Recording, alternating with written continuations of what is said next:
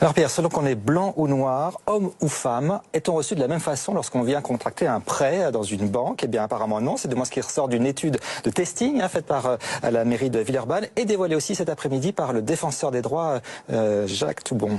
Oui, et cette opération en vérité, elle reposait sur deux typologies de demandes de prêt.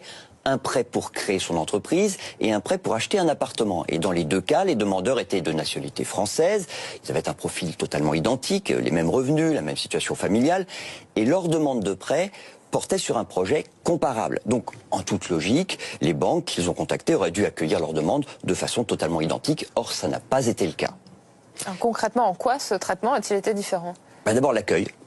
Les demandeurs blancs ont été globalement mieux accueillis que ceux dont la couleur ou le nom laissaient apparaître leur origine africaine, que ce soit d'Afrique subsaharienne ou du Maghreb. Ce sont souvent des petits détails, mais qui ont leur importance.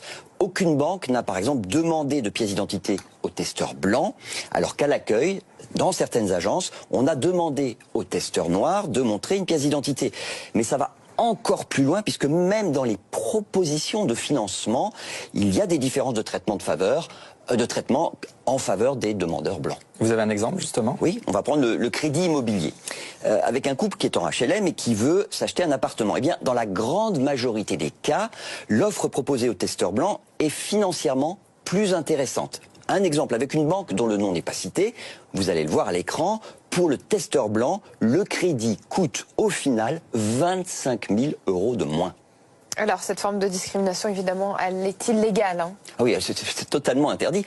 D'ailleurs, totalement invraisemblable qu'une banque donne des consignes en la matière, même de façon orale, à ses salariés.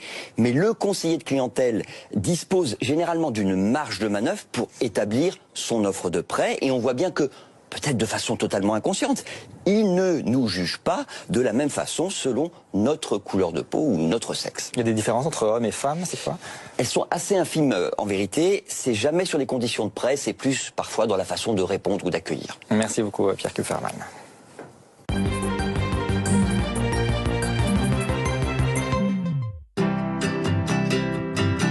Les rendez-vous de l'écho